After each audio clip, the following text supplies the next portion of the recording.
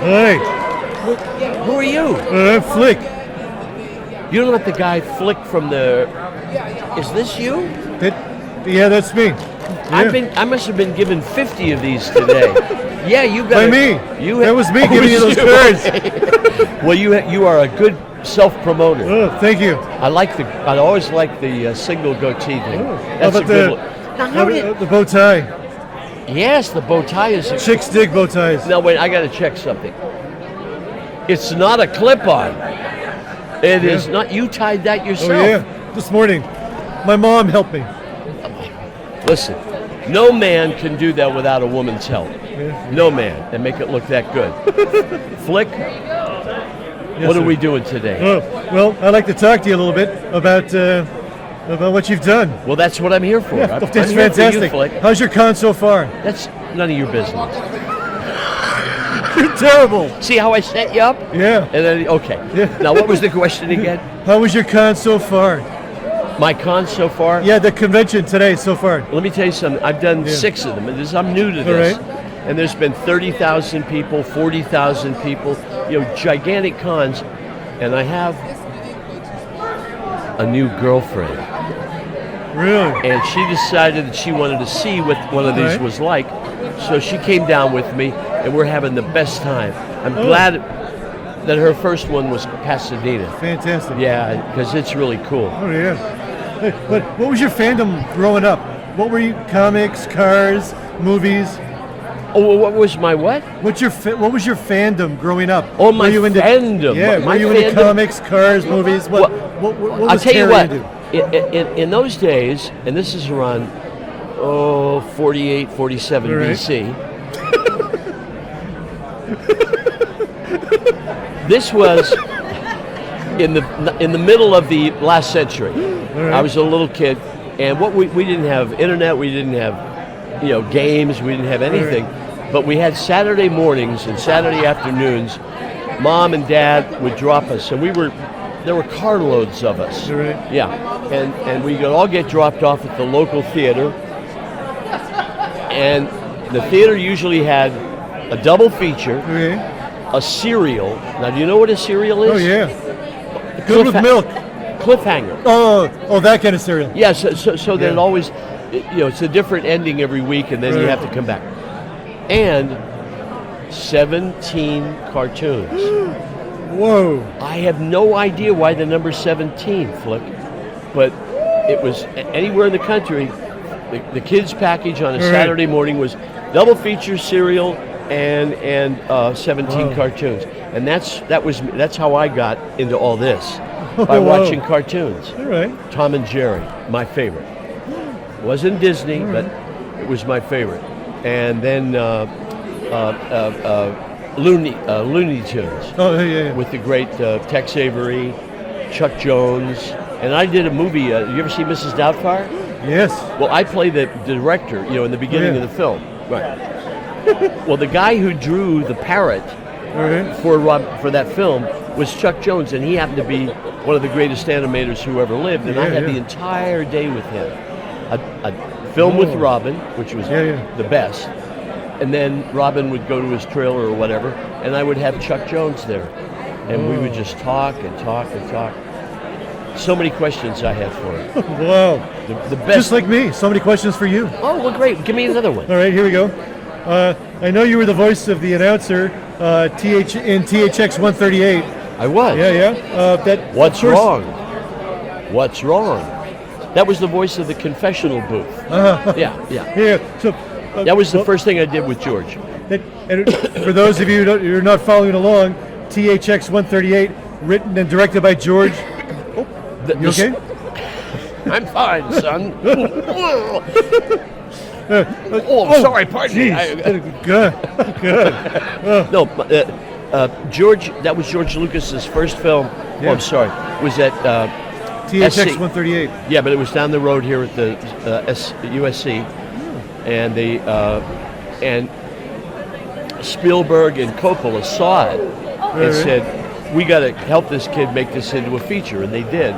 And when the feature was made, I did a lot of the background voices.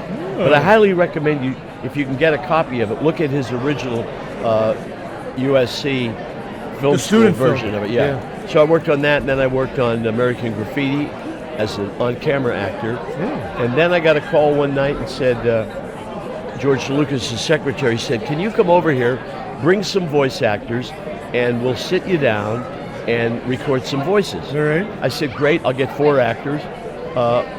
What are we doing? What's the work?" Well, it's kind of top secret.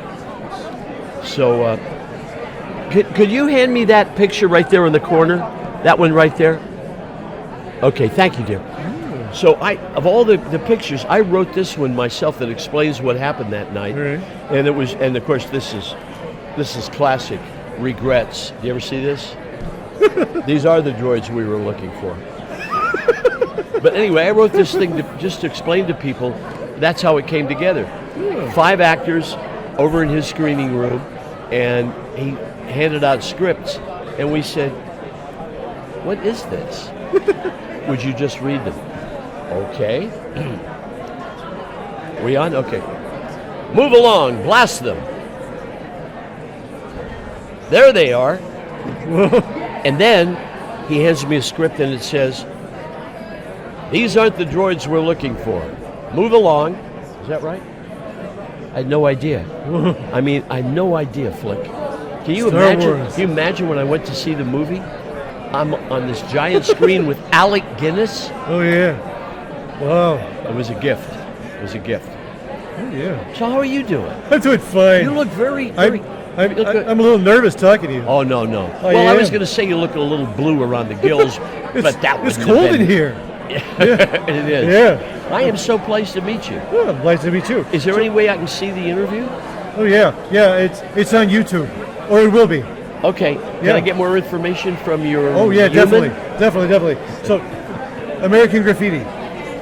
You were in American Well, Graffiti. that was set. that was another George Lucas George film. Lucas. Yeah. And Do you have a favorite remembrance from American Graffiti? just that I got the part.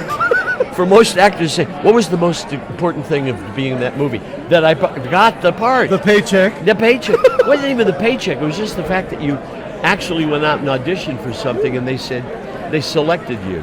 Yeah. Is it okay? I don't believe everything I read, but did you really help create a beloved character species name in Star Wars accidentally while riding along in a car with George Lucas? No. I which name? Yeah. Thank you for that. I hope it was clean. It is now. I have a very close friend named Bill Wookie. He's been my best friend for years and years and years. Is he a hairy man? I tell you, he is 6'3", Oh, and in those days he had a lot of hair and a widow's peak. You know, right. And his name is Bill Wookie. That's his given name. Wow. So I go to a recording session for THX. All right. And I came in, and I was in the Army on reserve duty, so I came in uniform. Okay. And behind me was this giant friend of mine. And George said, "Why are you late?" I said, "George, I'm sorry, but I'm in the service," and blah, blah, blah. And I said, so I brought my friend with me, and he looks up and says, "Who is this?" I said, "He's my pet Wookiee." I have no idea why I said that. This genius, it's stuck in his brain. And when he came to name the character, he called it the Wookiee. Now, I should tell you, Bill's 3 boys were not happy. Oh. No, because they got teased. Oh yeah, mercifully. Yeah. And then, but by the time they grew up, they were very proud Wow. to be the progenitor Wookiees. Oh, yeah. All right. So you worked with Robin Williams on Mork and Mindy too before you worked in Mrs. Doubtfire. Boy, you did some research. I did. Well, What was Robin like? He was the greatest man who ever lived. I mean, what? Better than Gandhi? Jesus? Well, he was there. He was with them. You know, he had that kind of. So he was so powerful. And what made him powerful was all this love that he had. All right. I got to be careful. I'll start crying today. I am so emotional today being here because people come up to you and say the nicest things. But Robin was one of the true loves of my life. All right. I'm so pleased that I got to know him. We did a lot of improvising together in the old days. And when it came time to do the movie, his wife said, "You know, we got to cast all your friends in this." And, Wow. she did. Yeah, he came back to San Francisco to shoot Doubtfire, and Marcia, his wife, said, "Well, let's get all your friends in this." And he said, "Please," and she took it from there. Wow. Yeah, all the guys, his old pals. That's fantastic. Yeah, well, he was fantastic. Nobody like him ever. Anybody who ever met him remembers him, not just because he was Robin Williams, but because he was so involved in meeting people. He loved people. He used to like to go out bike riding. That was his big hobby, and then stop and talk to people. Okay. You'd have loved him, Flick. And he'll have loved you. I did love him. Yeah, okay. All right. Well, cool enough. You're best known to me for the voice of Launchpad McQuack, and also Babyface Beagle in the original DuckTales. In the original DuckTales. Yeah. I didn't do Babyface in Darkwing, but I did him in the DuckTales. How'd you come up with the Launchpad McQuack voice? Launchpad McQuack voice came out of Mikey. Have you met my son? At long last, we're together. Well, he got a DNA test. Your wife was a sock puppet. I have some respect, Mr. Bell. My wife was a sock puppet. How dare he? Yeah, don't talk about mom like that. When I went to an audition in Burbank, it was the same place that was auditioning for DuckTales, but I wasn't on the list. I was new in town, and one of the things you want to learn when you're an actor is how to read upside down. So you can you can look at a script and go, you know. And I said, "Oh no! I know how to do this. I can do this," but I wasn't on the list to interview. And I called my agent, Bob Colvin, and I said, "Bob, I have to do this. I have to audition for this." He said, "But you're not on the ask for list." And I said, "If you don't get me on the list," and I thought, what am I going to threaten him with? I said, "I will stop breathing. I'll just take a big breath and turn blue." I was joking. And he said, "Okay, fine." He got me on the list. The request on the casting was a voice somewhere between John Ratzenberger and Jack Burns.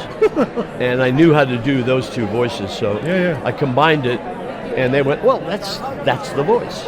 Wow. It was simplest audition ever, and the most lucrative. It was. When fans meet you, what character do they want to talk about the most? Well, at the cons, it's Launchpad. All right. And a lot of people are interested in the story of the Star Wars thing. And that's plenty for me. It's two wonderful experiences. What's the most fan requested bit of dialogue or phrase? Oh, these aren't the droids we're looking for. That's everybody's favorite. It's my favorite, too. Mine too. Yeah? Terry. You're a great guy. I like you. And you know what's really interesting? You're fun to work with up close, and the breath is really very nice. I've had a mint today. Oh, you did? Couple of mints. How's mine? Mine okay? Is my breath... Oh, jeez! Well, I guess that answers that. Sorry. Bye, guys. No, I'm trying to get some air. Oh, I see. Okay. Wow. Well, we have to go to a panel. Yeah. All right. Yeah, we're going upstairs to a panel. You're welcome to join. I can't wait. I'd rather you not bring him, but it's up to you. He's kind of... We're a package set. Okay. All right, let's see who else we can find at Toon Con. What an honor. What an honor to meet you, young man. Thank you. You are really a credit to your nationality or whatever. Puppet American. Puppet American. He writes good stuff for you, too. See you, Flick.